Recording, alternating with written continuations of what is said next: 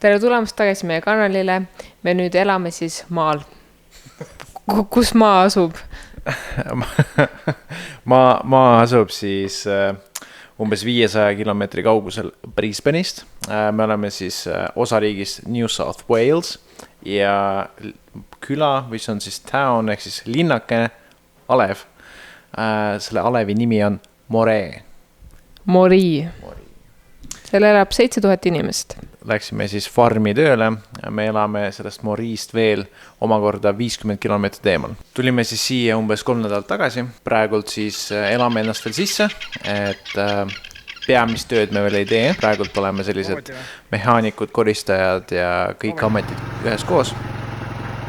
Põhimõtteliselt aprillist me hakkame traktoritega sõitma ja istutama teravilja. See, kuidas me Brisbane'ist Moriisse üldse saime, oli omaette seiklus. Kõigepealt sõitsime rongiga ja siis hüppasin bussi peale, mis sõitis 6 tundi. See oli päris õudne. Meil oli täiesti esmane kogemus sellega, et pagasi pidi rongis ära andma. Et põhimõtteliselt 15 minutit oli ainult aeg pagasi ära andmiseks. Siis me tulime sinna kohale ja ülla, ei olnud mitte keegi seda pagasit vastu võtmas. Ütles, et ma tulen 30 minuti pärast tagasi. Seda kohvrit kaalutakse rongi peale. Mida iganes. Aga pärast rongi sõitu me sõitsime bussiga ja bussisõit mulle väga meeldis ausalt öeldes. Ja meeldis lihtsalt sellepärast, et me sõitsime üle mägede ja sealt sai nagu aknast näha veidi teistsugust loodust. Me tõusime kõige kõrgemast tipus oli 1000 meetrit merepinnast, see oli päris huvitav. Sõitsime Sinka-Vonka selle kuradi suure bussiga. Täiesti, mul oli poole peal juba tunne, et see buss sureb ära lihtsalt nii inises, mingi kitsad pööragud, mingisugune auto tuleb vastu. Me põhimõtteliselt sõitsime nagu ääre peal. Suure bussiga.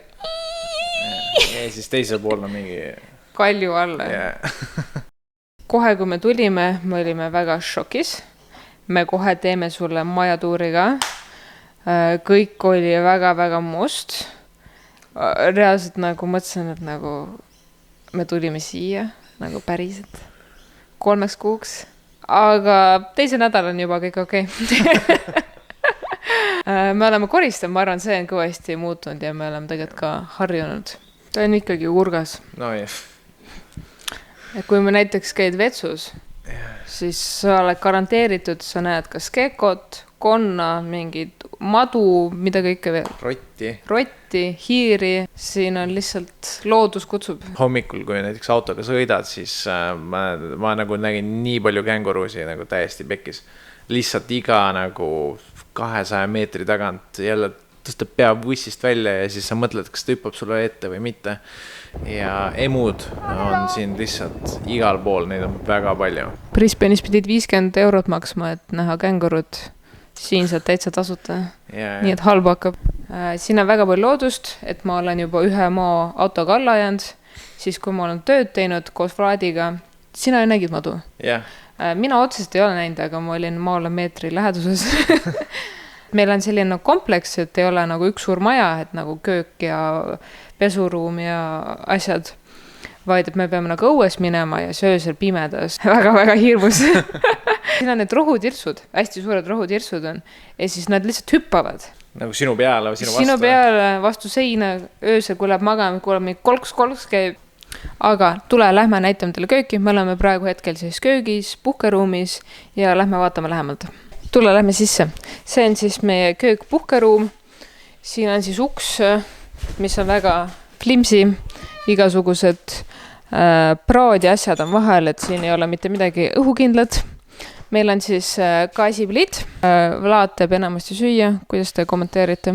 See on hea pliit, aga halb samal ajal. Head on siis sellepärast, et kõik asjad lähevad väga kiiresti keema. Halb on see, et seda on ebareaalselt raske puhastada. Siin on mingid nõud ja asjad, et see on tegelikult hästi suur köök. Õnneks me oleme siin praegu 2 ja siis on enamus aega puhas. Suht urgas on, aga mis teed? Meil on 2 külmkappi. Siin väga paljud inimesed jätavad toitu. Me oleme juba see toidu kõik ära söönud. Näitame siis meie külmkappi, see on meie külmkapp. külmkapid on nagu tavalised, natuke väsinud.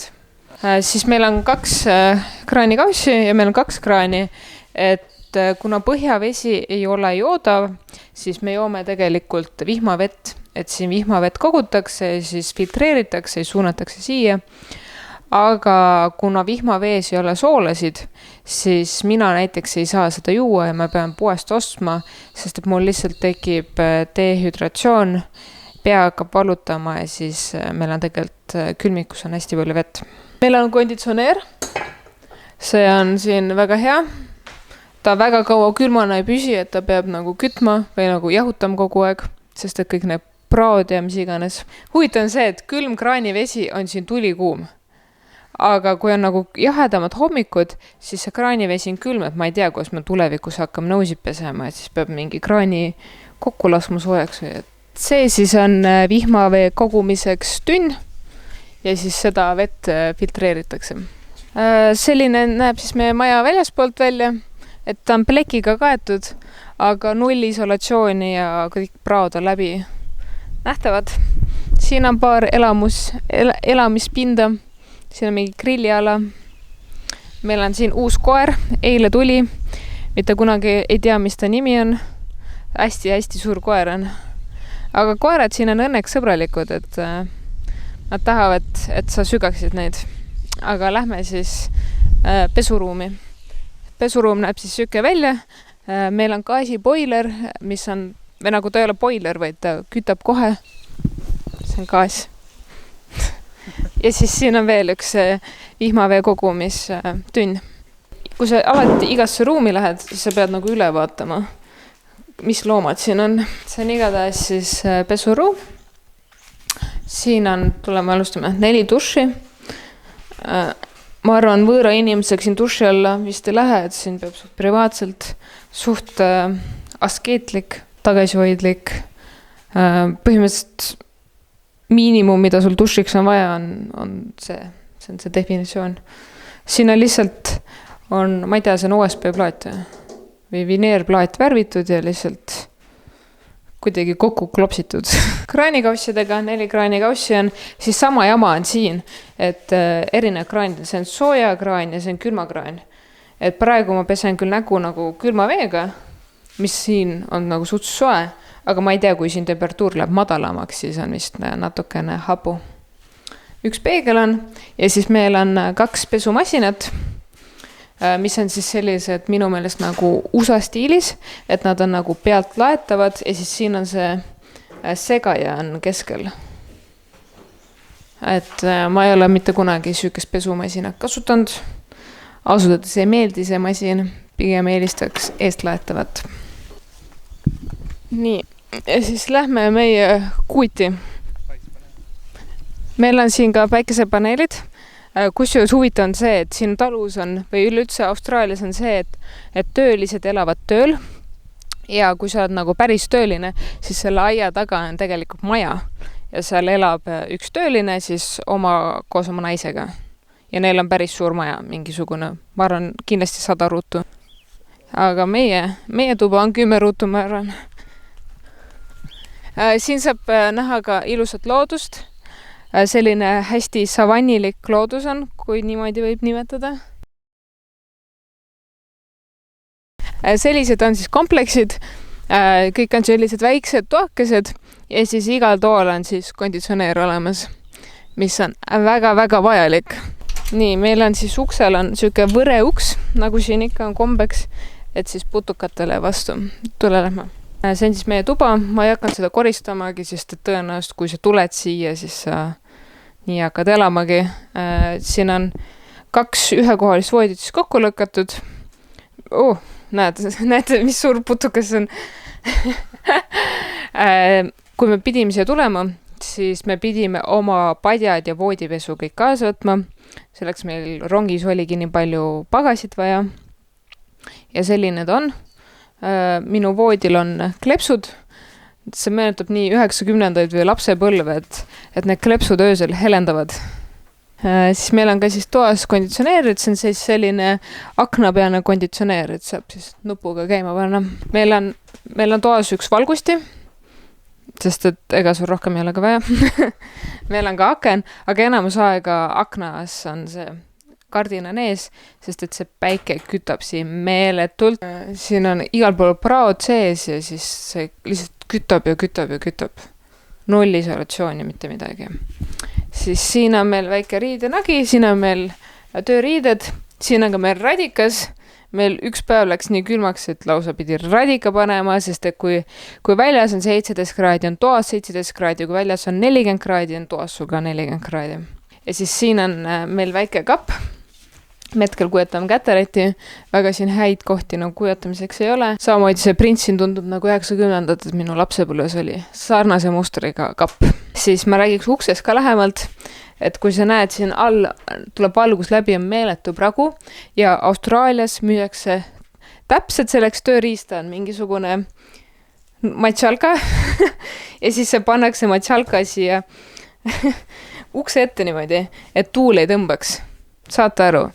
Siin talvel võib minna isegi 0 ja -kraadi. Ma saan aru, et see on küll öösel ja võib-olla korraks, aga väljas on sul 0 kraadi ja siis mingisugune matšalka peaks sind päästma. Ja see ei ole ainult siin probleem, et ma nägin meil poes Ulises müüakse nagu selliseid tööriistu. Et inimestel, kui on nagu ka see normaalne maja, neil on praod. Ma ei tea, kuidas nad elavad. Ja siis siin on meil veekankud, need on 5-liitrised, need on vajalikud pudelid, kuna siin on päeval võib isegi 40 kraadini minna, siis vesi on väga-väga vajalik. Kõike seda kompetseerib siis palk, et meie põhiline ametikoht on, me oleme siis traktoristid, me oleme siis masina osakonnas, meie töö on siis aprillis algab külvamisperiood, 3 kuud üldiselt külvatakse. Ja meie saame palka siis $30 tunnis, ehk siis kätte saame ilma maksudeta 17 eurot. Ja siin on kombeks teha väga-väga palju tööd. Siin ei ole mingi, et nädalas teed 40 tundi tööd, ei, nädalas sa teed siin 70 tundi tööd. Ja maksimum, mis meil juba öeldi, meil tuleb siuke graafik, et 2 nädala peale 1 puhkepäev ja muudel päevadel teed iga päev 12 tundi tööd. Aga õnneks on ajutine, nii et kannatame ära selle õuduse. Selline siis seal on, et põhimõtteliselt meil tuleb veel 2 videot. Meil üks isik nimega DevDev kommenteeris ja tahtis teada, palju siis Austraalias asjad maksavad. Et sain aru, et toidupoed. Et tegu ei ole nii-öelda suure linnaga, aga siin on samasugune Woolis nagu ka igas suures linnas. Valik on täpselt samasugune, siis me teeme sellest eraldi video, kuidas me käime kohal ja filmime seda, palju mis maksab. Ja tulemas on ka eraldi video sellest, mihukene on meie töö iseloom, et see tuleb siis aprillis, siis kui me saame traktori peal istuda ja ringi sõita, siis päeval saab filmida. Vot, nii et jällegist, kui see on uuesti mingid küsimusi, tahad midagi rohkem teada saada, mis siin Austraalias toimub ja mida huvitavat võib-olla näha, anna teada, kirjuta kommentaaridesse ja siis me teeme sellest video. Okei, nägemiseni.